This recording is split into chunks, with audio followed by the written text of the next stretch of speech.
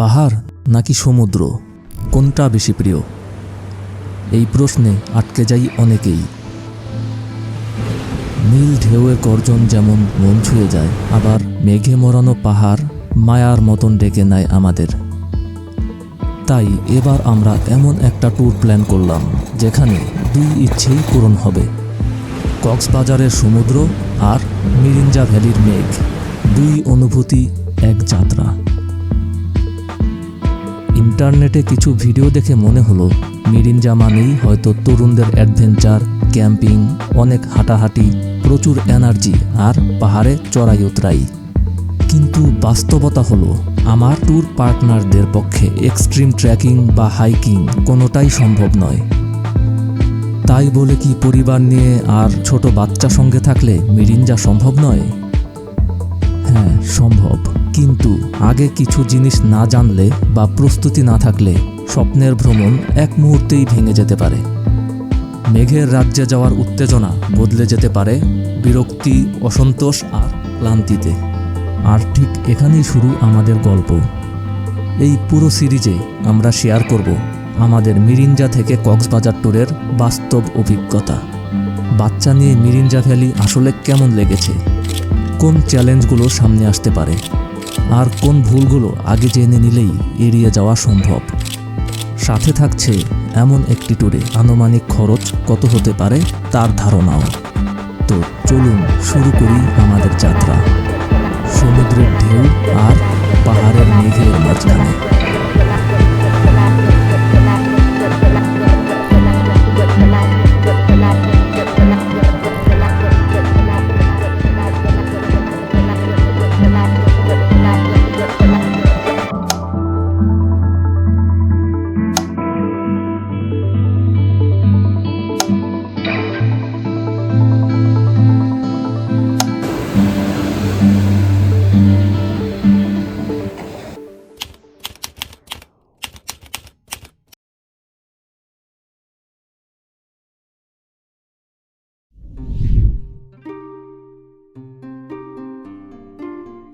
গত পর্বে দেখেছিলাম কিভাবে আমরা ঢাকা থেকে পূর্ণিমা দেখতে বান্দরবনের মিরিঞ্জার একদম শেষ মাথায় অবস্থিত আগারং রিসোর্টে পৌঁছালাম, তার পুরো গল্প। আর আজ দেখব এই আগারং রিসোর্টে থাকা নিয়ে আমাদের সম্পূর্ণ অভিজ্ঞতা। মিরিঞ্জাতে থাকার অনেক অপশন থাকলেও আগারং রিসোর্টে সবচেয়ে আইকনিক ডুপ্লেক্স কটেজগুলোতে থাকার জন্যই মূলত আমরা এখানে এসেছি। তো চলুন প্রথমেই রুম টুরটি দিয়ে দেওয়া যাক। পুরো রুমটি বাঁশ কাঠ দিয়ে নান্দনিকভাবে তৈরি। নিচতলায় রয়েছে একটি কাঠের সোফা, আয়নাসহ একটি ড্রেসিং টেবিল, উপরে বাঁশের তৈরি ডেকোরেশন ল্যাম্প, লাইট, ফ্যান এবং নিচে একটি বেড। একদম মিনিমালিস্টিক ইন্টেরিয়র। রুমের সাথে লাগোয়া বড় বারান্দা থেকে দেখা যায় দিগন্ত বিস্তৃত নীল আকাশ আর সবুজ পাহাড়ের ইনফিনিটি ভিউ।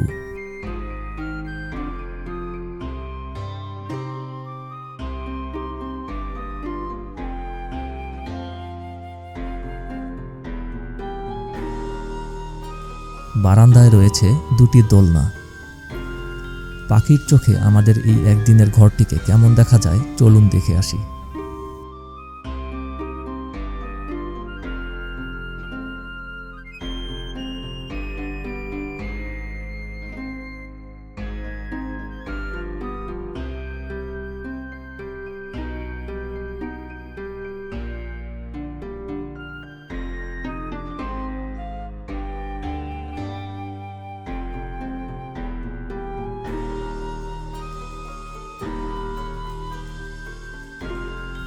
এবার চলুন দেখি দ্বিতীয় তলায় কি আছে।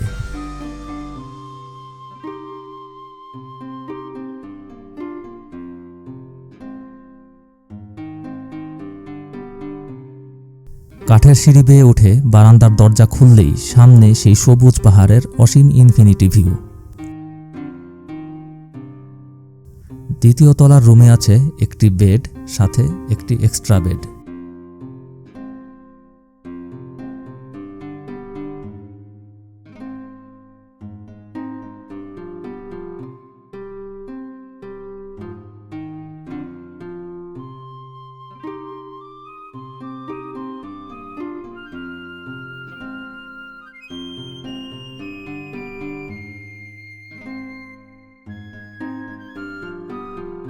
আমরা কখনো নিচের বারান্দায় আর কখনো উপরের বারান্দায় বসে পাহাড়ের মুক্ত বাতাস, রোদের আলো আর নীরবতা উপভোগ করছিলাম।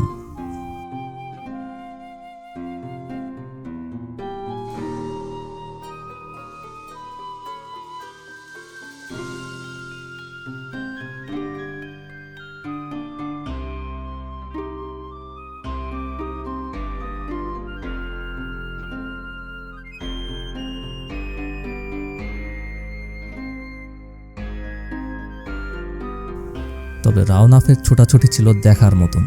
সে একবার নিচে নামে তো আবার উপরে ওঠে, কখনো খেলে, কখনো মোবাইলে প্রকৃতির ছবি তুলে, আবার মাঝে মাঝে তার মার ছবিও তুলে দেয়। এরকম সুন্দর ডুপ্লেক্স ঘরে ওর এই প্রথম থাকা।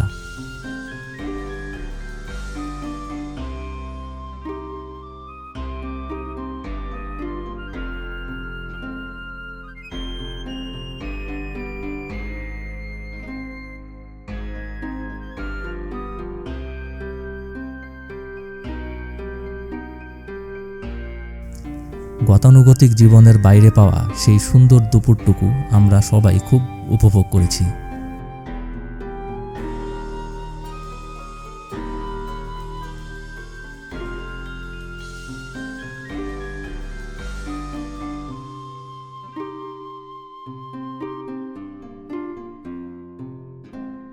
এরপর বের হলাম লাঞ্চ করতে।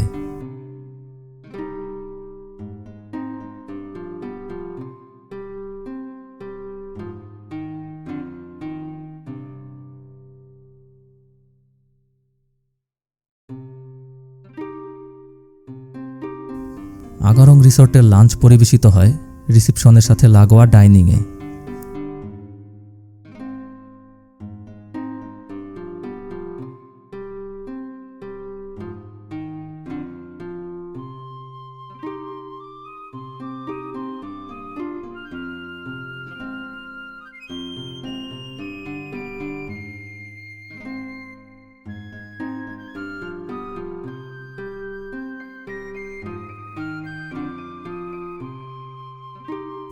এখানে 180 টাকা থেকে শুরু করে 300, 350, 450 ও 550 টাকার লাঞ্চের প্যাকেজ রয়েছে। পরিবেশ হয়তো ঝকঝকে 5 তারকার মতন নয়, তবে ঝিরঝিরে বাতাস আর পাহাড়ের নিস্তব্ধতার মাঝে বসে তৃপ্তি করে 1 প্লেট ভাত আর 1 কাপ চা খাওয়ার যে পরিতৃপ্তি, তা কোনো 5 তারকা রিসোর্টে পাওয়া যায় না। খাওয়া শেষে ঘুরে দেখতে বের হলাম আগারং রিসোর্টের অন্যান্য রুমগুলো।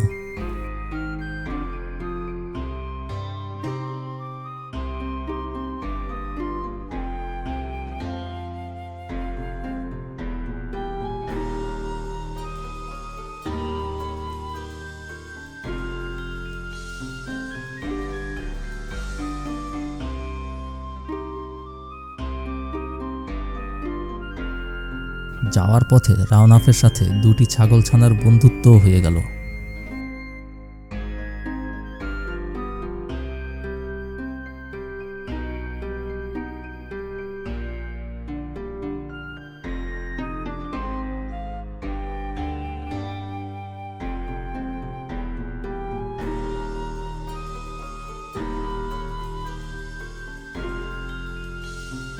এখানে 3টি প্রিমিয়ার কটেজ রয়েছে, 2টি পাহাড়ের উপর আর 1টি নিচে।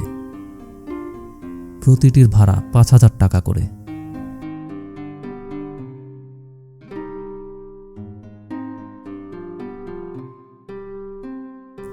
রুমে ফিরে রাওনাফ আবার মোবাইলে ফটোগ্রাফি শুরু করে দিল। আকাশ, বাতাস, পাহাড়, গাছপালা কিছুই বাদ দিল না।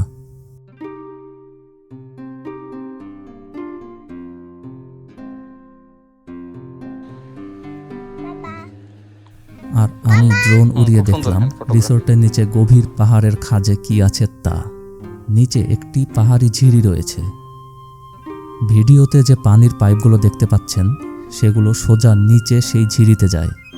সেখান থেকে মোটরের মাধ্যমে পানি টেনে উপরে আনা হয় এবং আমরা সেই পানিই ব্যবহার করি। চারদিকে চোখে পড়ল হাজার হাজার কলা গাছ, নাম না জানা নানান প্রজাতির পাখি, পাহাড়ি বন ও বন্যপ্রাণী। তবে রিসোর্টের কাছাকাছি কিছু জায়গায় চিপসের প্যাকেট, ঠোঙ্গা জাতীয় আবর্জনা দেখে বিরক্ত লাগছিল। হয়তো আগের গেস্টরাই এসব রেখে গিয়েছেন তাদের স্মৃতি হিসেবে। আপনাদের কাছে অনুরোধ, কোথাও ঘুরতে গেলে প্রকৃতির কথা ভেবে আবর্জনা যেখানে সেখানে না ফেলে ঠিক জায়গা মতন ফেলবেন।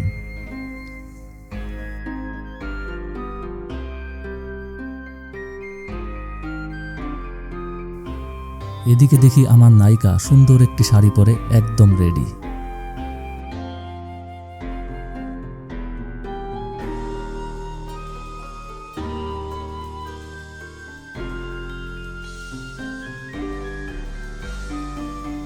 বউয়ের পাশে বসে পাহাড়ে সুন্দর একটি বিকেল কাটালাম।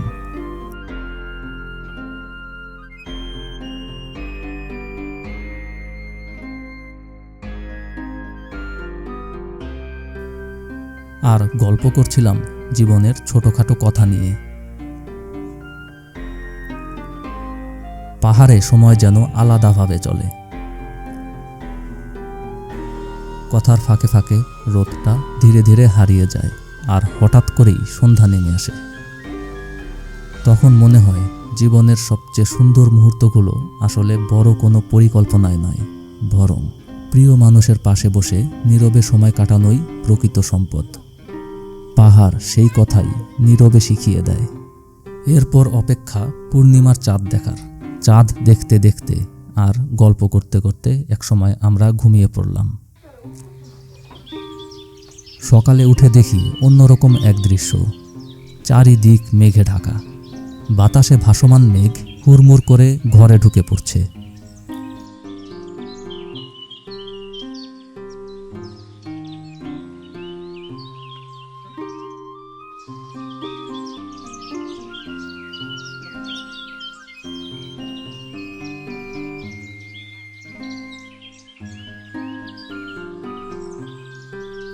দুই কাপ চা এনে বউকে নিয়ে সেই অপার্থিব দৃশ্য উপভোগ করলাম। কখনো কখনো জীবন মানে বড় কিছু করা নয়, জীবন মানে প্রিয় মানুষের পাশে বসে 2 কাপ চা আর নীরবতার স্বাদ নেয়া।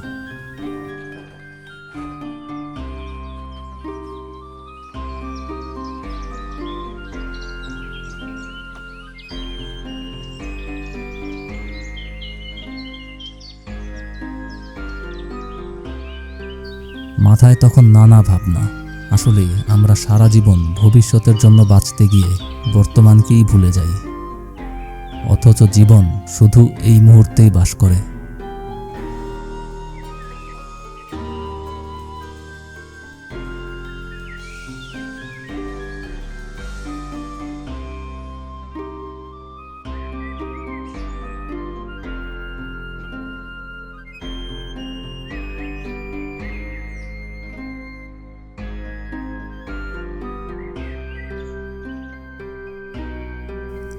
এই সুন্দর মুহূর্ত একা দেখব কেন?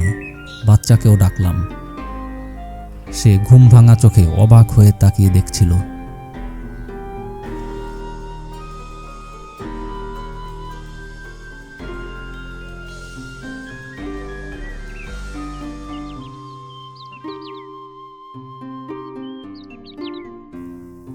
এবার চিন্তা, বাচ্চাকে রেডি করে খাইয়ে বের হতে হবে কক্সবাজারের উদ্দেশ্যে। মেঘের দেশে বসে ডিম, খিচুড়ি, সালাদ দিয়ে ব্রেকফাস্ট করলাম। দাম 150 টাকা করে, দুজনের 300 টাকা। খিচুড়ির স্বাদ বেশ ভালো ছিল।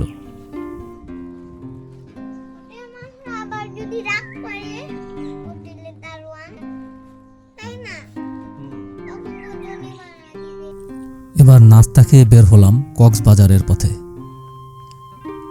যে চাঁদের গাড়িতে করে আমরা এখানে এসেছিলাম সেটাকে আবার ভাড়া করেছি, চকরিয়া বাস স্ট্যান্ড পর্যন্ত আমাদের নামিয়ে দিয়ে আসবে। তবে হঠাৎ আবার চিন্তা আসলো, সেই ভয়াবহ 2.5-3 কিলোমিটার রাস্তা এখন আবার পার হতে হবে। কিন্তু মেঘ যেমন পাহাড়কে ছুঁয়ে যায়, তেমনি অনেক চিন্তাও শুধু ছুঁয়ে যাওয়ার জন্যই আসে। ভয় পেলে চলবে না, এগিয়ে যেতে হবে।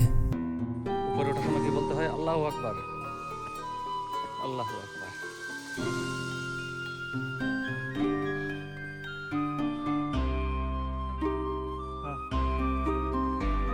কক্সবাজার যাওয়ার উত্তেজনায় আমরা সব ভয় ভুলে আবারও যাত্রা শুরু করলাম। আর এখন এই জায়গাটা ছেড়ে যেতেও বেশ খারাপ লাগছিল। এই একদিনের অল্প সময়েই পাহাড় ঘেরা এই ডুপ্লেক্স কটেজ আমাদের খুব আপন হয়ে উঠেছিল। এখানে কাটিয়েছি ছোট্ট জীবনের কিছু অসাধারণ মুহূর্ত। এই ডুপ্লেক্স কটেজের এক রাতের ভাড়া ৬,০০০ টাকা। মুরগি, ভাত, ডাল, সবজি, ভর্তা দিয়ে লাঞ্চ ও ডিনারের প্যাকেজ ছিল ৩৫০ টাকা করে।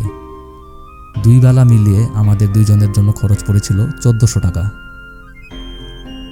চা ছিল আনলিমিটেড, ফ্রি, তাই যত খুশি খেলেও এতে আলাদা কোনো খরচ হয়নি।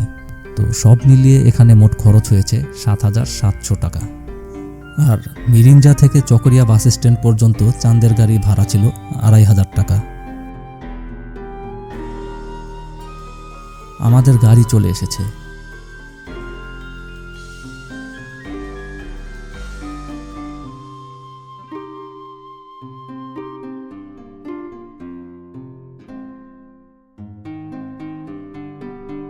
আবারও চড়ে বসলাম চাঁদের গাড়ির সেই রোলার কোস্টার রাইডে। রাস্তার অবস্থা খুবই বাজে। আগেই বলেছি, একটু বৃষ্টি হলেই কাদামাটিতে ভরা এই পথ গাড়ি চলাচলের জন্য সম্পূর্ণ অনুপযুক্ত হয়ে পড়ে। তখন পায়ে হেঁটে আসা বা বাইকে চড়া ছাড়া অন্য কোনো অপশন নেই।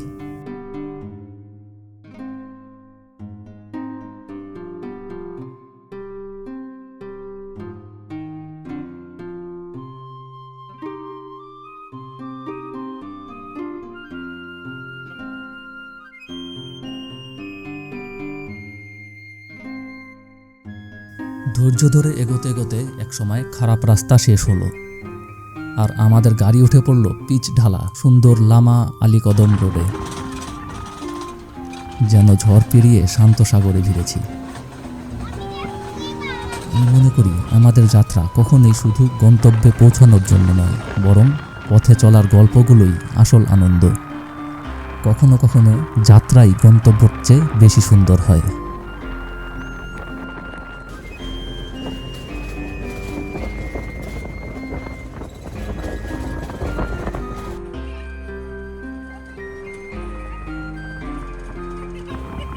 গাড়ি এগোচ্ছে আর চারপাশের পাহাড় জঙ্গল পিছিয়ে যাচ্ছে।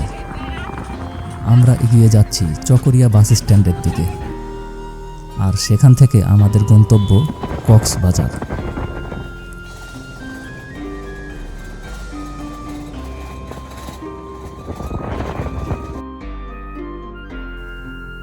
কক্সবাজারে এবার আমরা থাকছি সেরা সি ভিউ রুমে, যেখান থেকে সমুদ্র হবে ঠিক সবচেয়ে কাছে।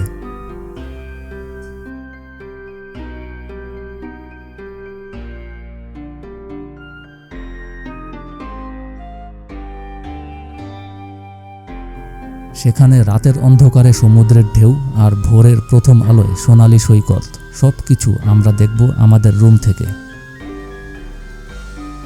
সেই অভিজ্ঞতা দেখতে চাইলে চোখ রাখুন পরের পর্বে।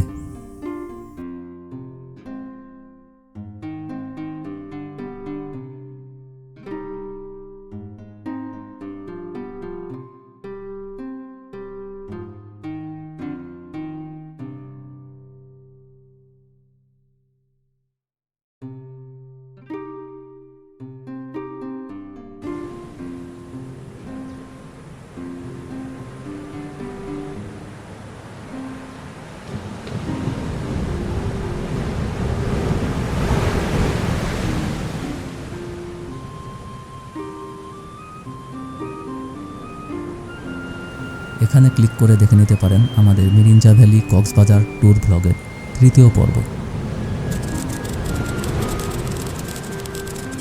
সবাই ভালো থাকবেন।